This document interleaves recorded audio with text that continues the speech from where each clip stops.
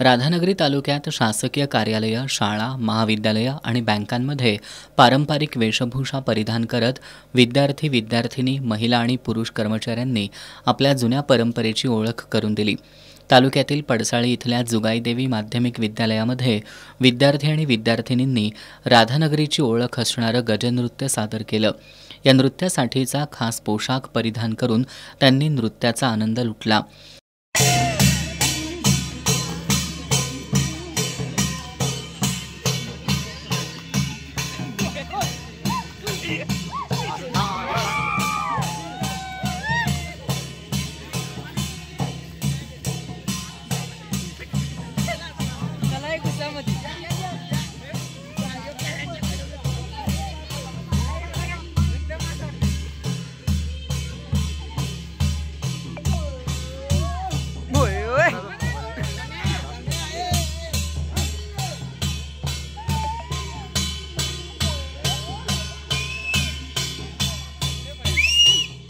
राधानगरी तहसील कार्यालयामध्ये तहसीलदार अनिता देशमुख यांच्यासह सर्व महिला कर्मचारी आणि पुरुष कर्मचाऱ्यांनी पारंपरिक वेश परिधान केला होता।